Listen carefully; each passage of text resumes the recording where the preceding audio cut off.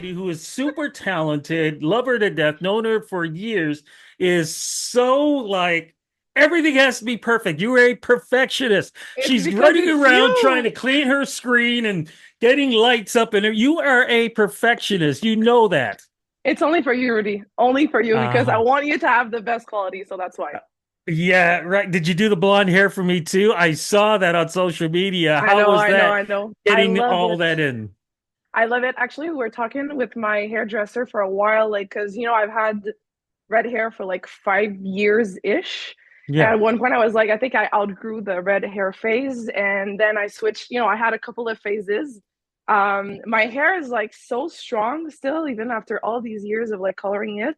And so I was talking with my hairdresser. I was like, let's find something that is very extra, but in the blonde era Mhm. phase so that it can be like, has trademark or, has extras when I had my red hair. And we brainstorm and here we are with the kind of like the almost white very blonde face frame and we're gonna push it further. So yeah, I think it's a bit where I'm going from, like, to live my long blonde era, so that's why. Do you regret cutting it a couple of years ago? I Regret? think you Absolutely did. no, no, no, no, absolutely no, no, no. I loved it. It's just like funny stories. Like, you've known me, like, I watched our previous interview because I was just wondering like how Mhm. many years we've known each other. So you've known me for like 7 years, which is crazy. The thing is, like, I have so much energy and passion, and I feel Mhm. like with the short hair, it was giving it away too easily. I feel like now it's kind of like a diversion, like, of something that's like, you think I'm more calm, or like you have another expectations, and then I start to speak and you're just like, whoa. But like, it's just like the short hair was like giving it right away. So I was just like, let's enjoy the long hair for a little while. So So you would cut it again? probably, yeah, I don't mind. Like, for me, it's like, Really? yeah, I feel like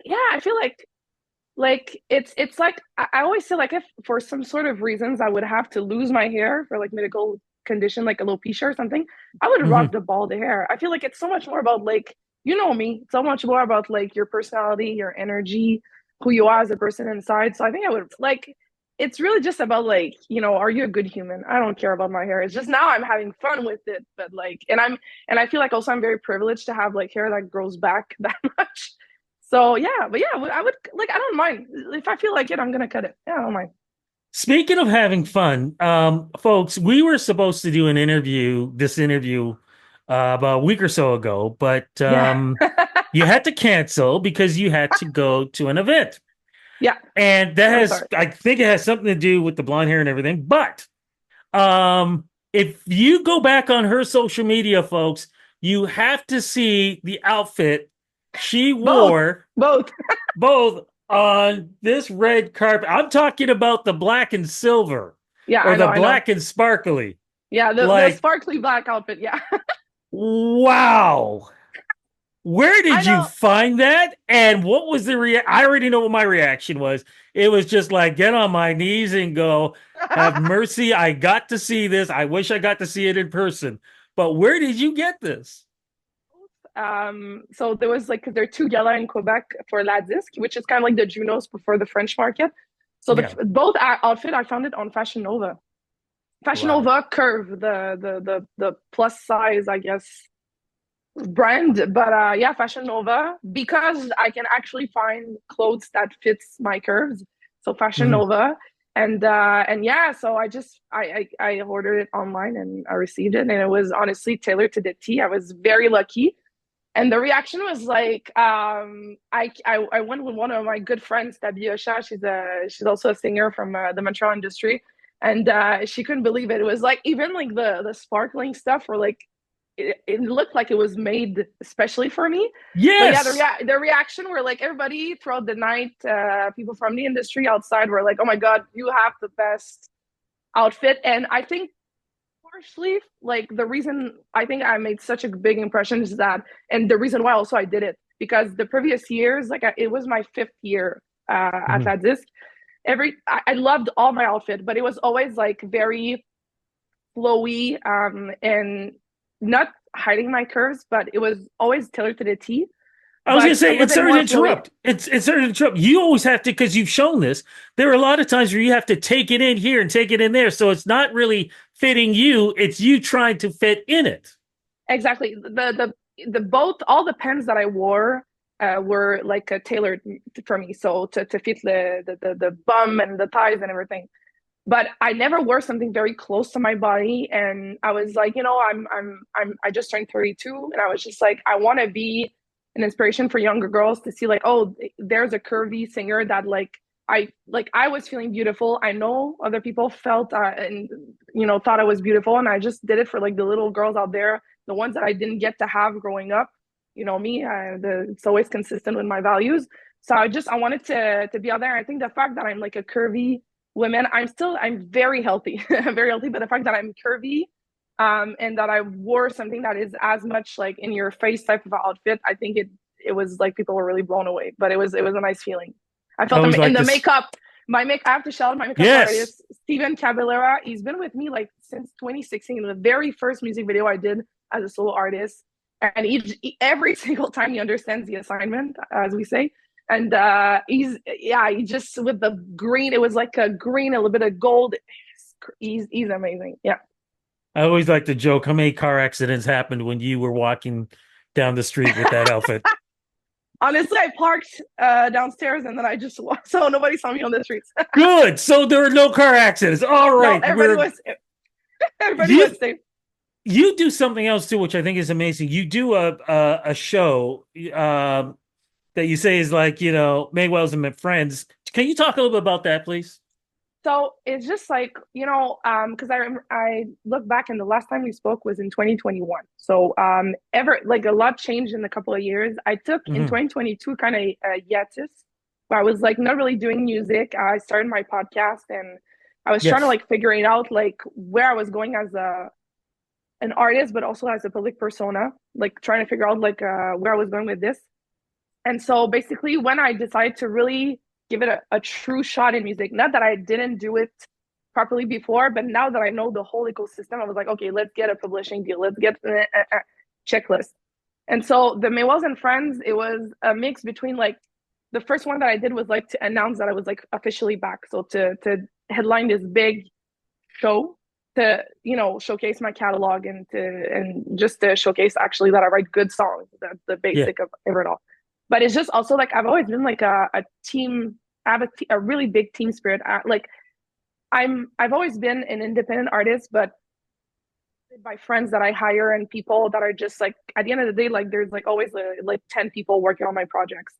And so for me, it was just like a way of showcasing who I am as an artist and a person. Like I like to help people. I like to be the mama bear that I call myself. So I just wanted that to showcase. If I have to like pay for like a venue and stuff, let's make it like really a show that is like close to my values and who I am as an artist. So that's why I was like kind of, and it's nice because it allows me to just invite other people every single time. So it's just like because when I opened for Simple Plan with my previous band, the Garlics, back in 2015, I also invited other artists to because we had an hour show before Simple Plan. So I was like, we're not gonna play the whole hour by ourselves. So I've always been like inclusive with people, like, okay, come, let's do this. So that's that. Will you ever tour this, do you think? Maybe I would across the like to. provinces? I would like to. So now that I know the ecosystem, I would have to talk with the producer, like a show producer, and do the grant funding and all. But I think this is something that is actually I can work with this in many places because it's mostly about who I know, and I know a lot of good artists and friends in Toronto. So that's or even across Canada. So especially since I came back to the Canadian Music Week this year because we saw each other again. But yeah, it's definitely something that it's a concept for me that is bringable outside of Montreal for sure. And with this great songwriting that you have, didn't you just recently announce something that has to do with songwriting? Yeah, actually, yeah. I got signed with a publishing deal actually. So yeah, so I was like because I'm also officially songwriting for multiple artists in French and English, but yeah, officially I'm with Blocknut. And so this was kind of like one of the things that I was thinking about when I was revisiting my whole career and where I wanted to go. Like songwriting has always been like the main thing that I do because I work with my best friend Jade and with other French artists, and I'm doing more songwriting camps as we call them. And yeah, I'm just good at writing songs. So I was like, okay, let's get this deal. and also the one of the two ladies that are in charge of Blocknut. They're like very boss women, and I just felt like I needed also a mentor. So shout out to Diane. She's kind of like my mentor right now. Is it tough to give away your babies? No, actually, because I feel like every time somebody's hiring me to do a song, it's a precise goal.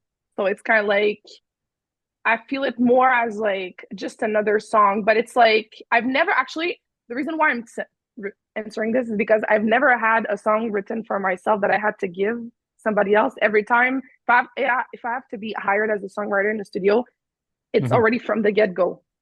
So that's why, like, I think it's easier to give away my babies, as you call it, because like I've never had a situation where I wanted to write something for me, and then I had to give it to somebody else. So I guess I'll have to say a stay tuned for that kind of situation. Speaking of babies, what happened to your pets? She died.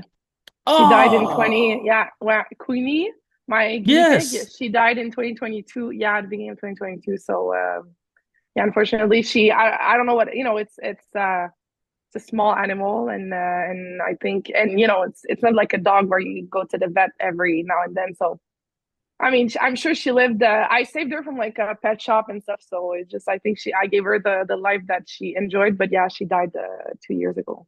Luckiest guinea pig in the world if she got to spend that time with you. So I know Yeah, she had a great time. I'm sure too. I'm sure too. I loved her. All this stuff that you're doing, we could even Yeah. go into more because I think you're even looking to hire people for a movie or a music video. Uh, well, I mean, I already found it, the Oh, guy, okay. but it's just like, yeah, it's just because like, I've always been into like doing not short movies, but I want every project that I do to have like a meaning and stuff.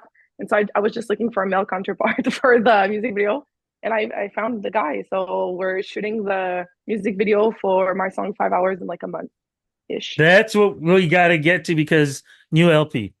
So to make this part official, what Yeah. is the LP called, and how does it represent you in this point in your career? So I guess I can say it's an album now because it's like 11 songs. So it's an album, right? Yes. Yeah. Yeah, Yeah. okay. Yeah. So I don't know but so it's my first solo album. Strangely, thanks. After 15 years of like doing stuff, like 8 years in a band, almost as equivalent as in solo artist.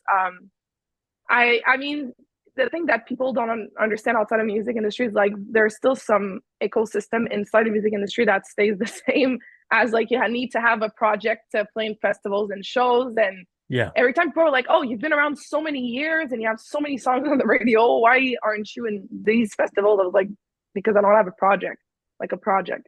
So I just I was literally, I don't know, I was because I was thinking that I was getting my pacemaker surgery next year, or already been 10 years. I was just like, okay, so I want to have like the at least a good festival show summer. I was like, okay, let's do an album. And I just like, and so I spoke with Mathieu. He's my radio tracker in Quebec. He's been like by my side since day one. And he's sort of like my manager because he says that I'm not manageable. But he's just the guy that I always like pick up, like I pick his brain to see where I'm going. So I mean, Mathieu, whether you like it or not, you're my manager because every project he's like in the room with me. So and I spoke to Mathieu, I was like, so let's do this album.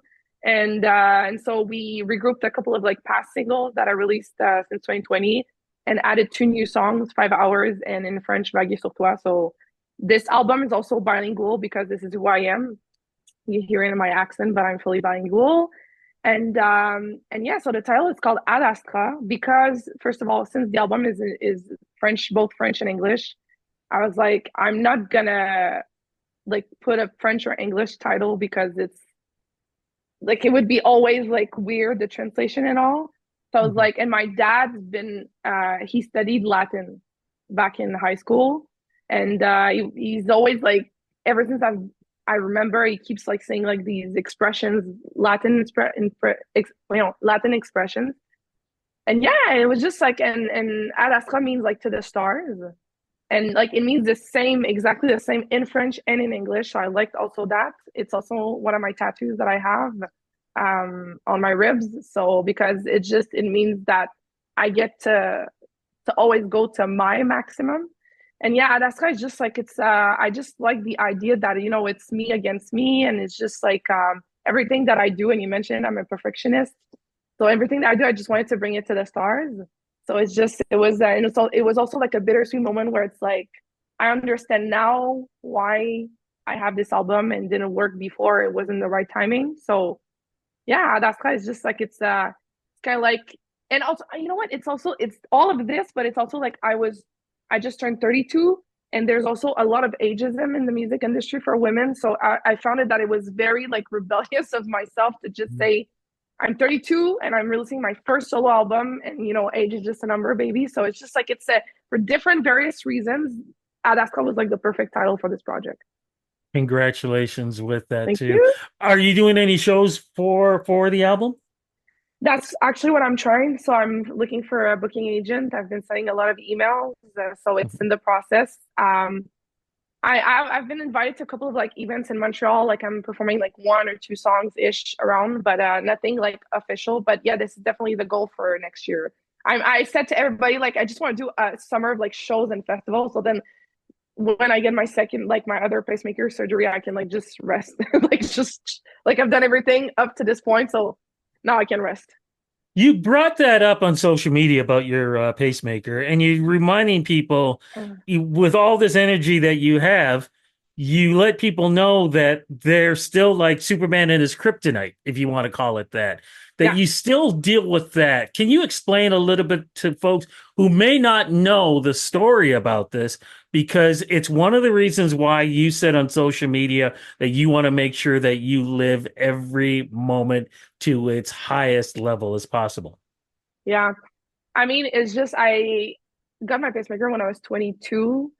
And up until I had my pacemaker, like I didn't realize it because I was born like this. I was very tired all the time. I know this is like like you mentioned, very hard to understand, but that's the reason why I live alone. There's like I need moments and a very disciplined balance between when I have to be present and when I have to recharge my battery. No pun intended, but it's truly like that.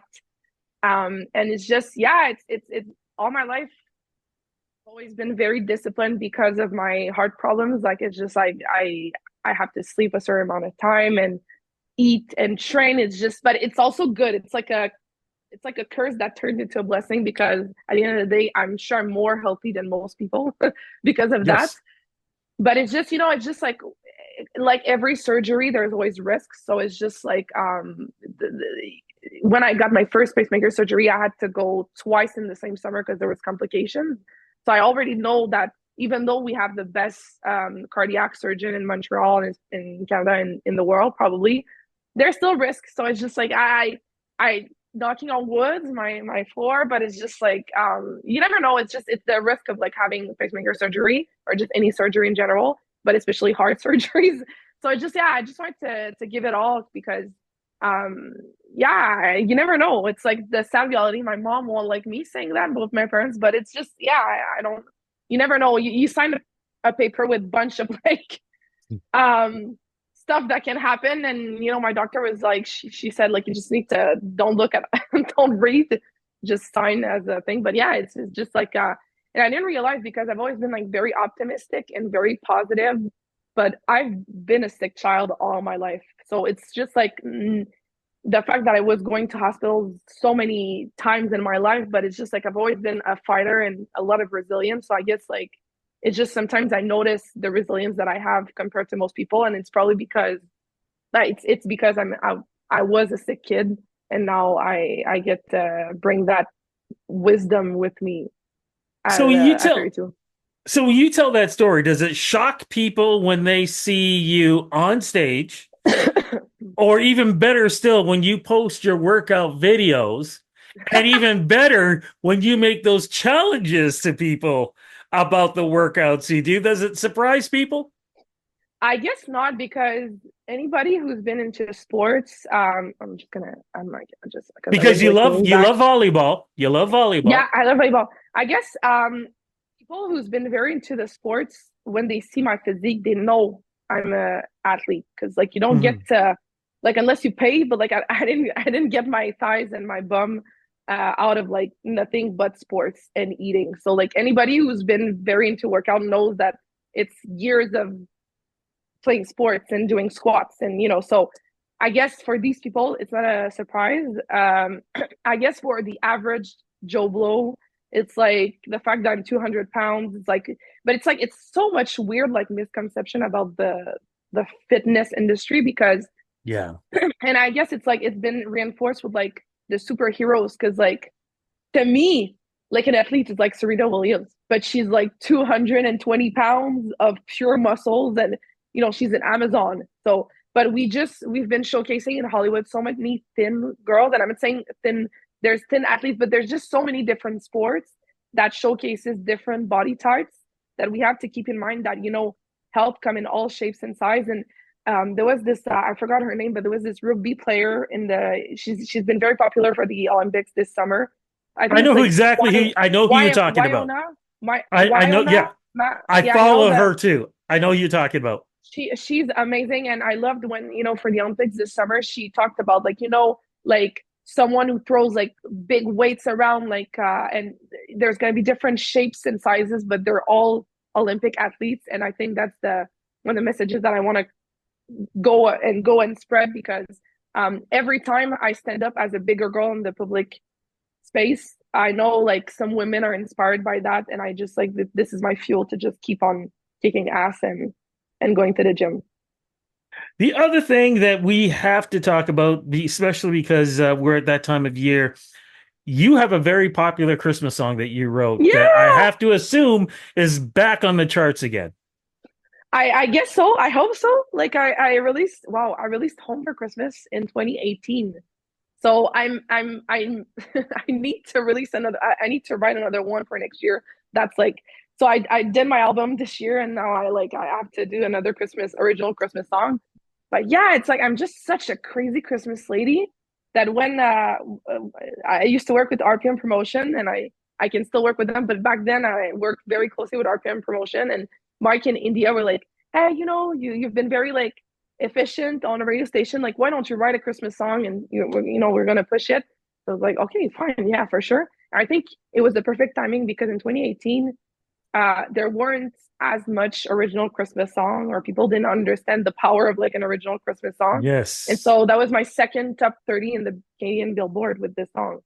So yeah, it's just I love this song because it really just is about like because I was thinking about Christmas, and for me, I know like Christmas sometimes can be very like a hard period for people because it's not everybody has like peaceful families, and it's a lot of financial stress. But for me, the reason why I love Christmas is about the lights, the snow. It's more about like how I'm feeling inside, and I make like Christmas with my friends, and so I just wanted to portray that in a song.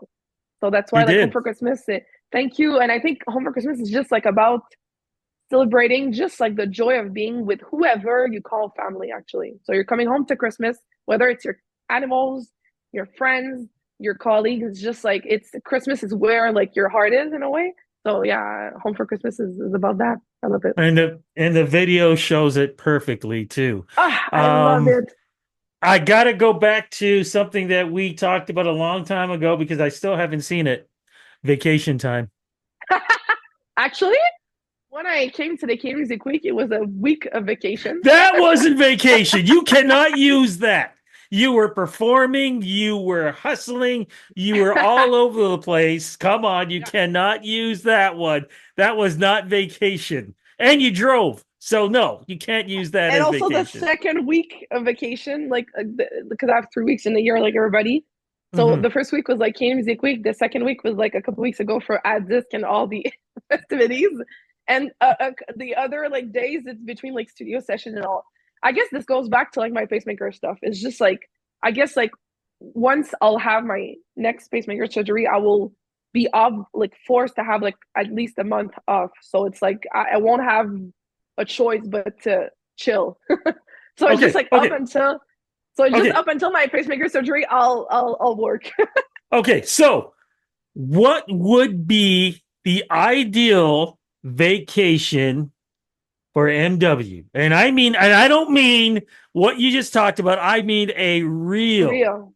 vacation, where people actually pack a bag, go on a plane, maybe fly somewhere, whether it be Europe or somewhere warm.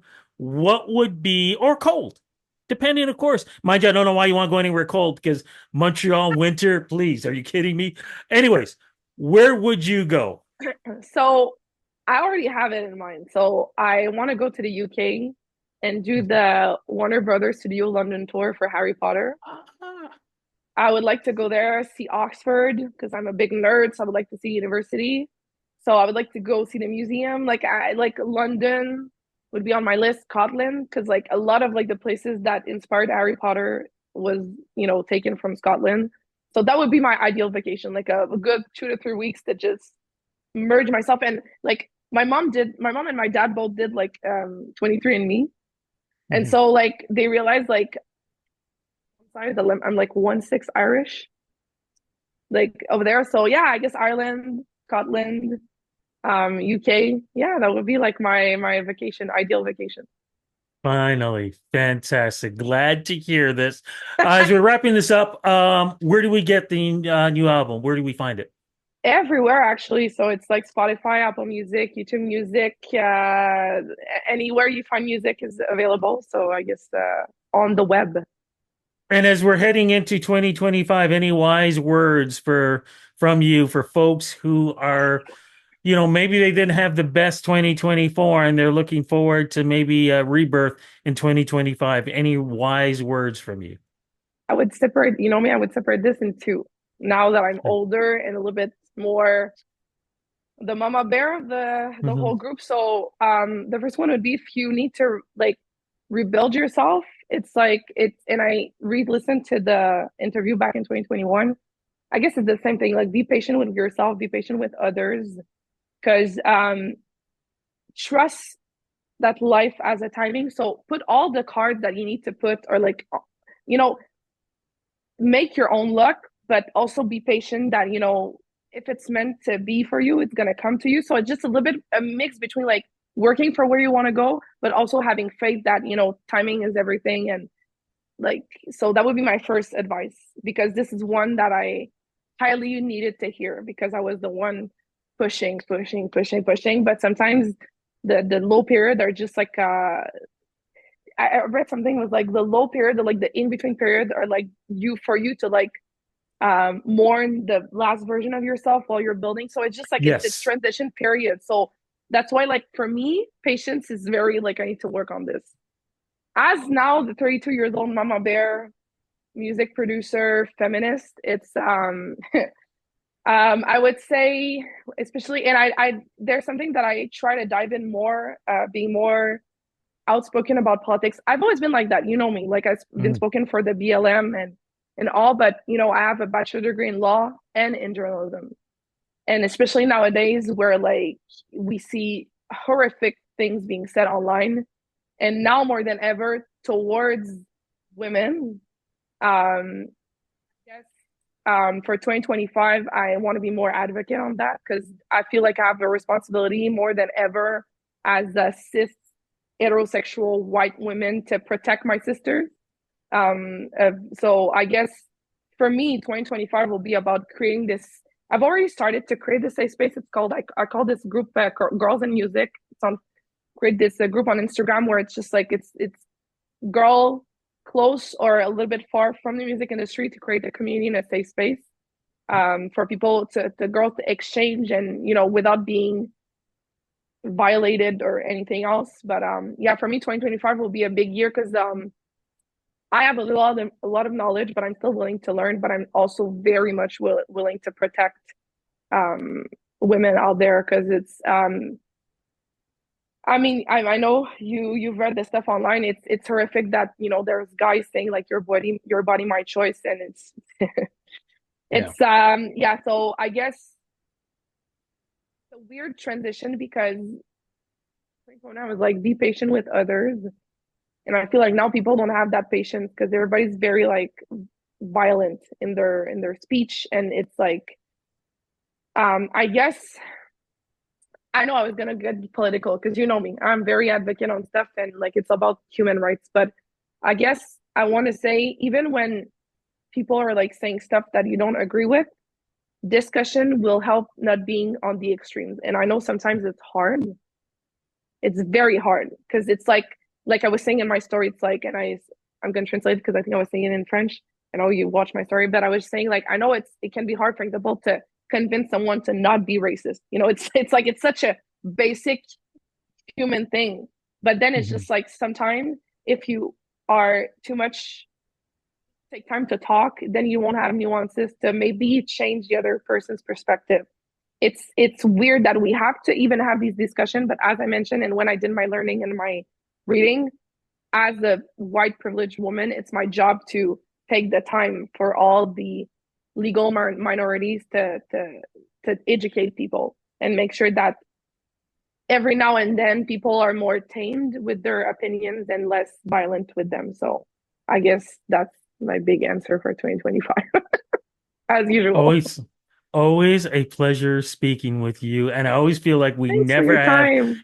enough time because you already know you and I, and we did this when you were here at Canadian Music Week, we can talk for hours and A it's 20-minute still, walk more and yeah, more, and just like, yeah. by the way, It guys, I have to say, Rudy is the example of a true gentleman. Because when I came to see you because you were hosting the Jim Bean, I'm sure I pronounced it Jim yeah, Bean. Jim Beam. Yeah. Yeah, okay, time search, and you walked me all the way up to my car. 25-minute walk, guys, girls, ladies, women. Rudy Blair is like a gentleman, and I wish I want to say it because like we know you're a good person, you know, but like let's just make it out there that you should be an example for more people and especially more men nowadays. You are a true feminist, strong man that doesn't fear women at all, and you're a true masculine guy. So you know what I mean? It's just like people need to learn from you because you're a true gentleman. And thank you so much for again taking the time to talk to me about my project. I really appreciate it. Always big love and always respect. All the best. Thank you.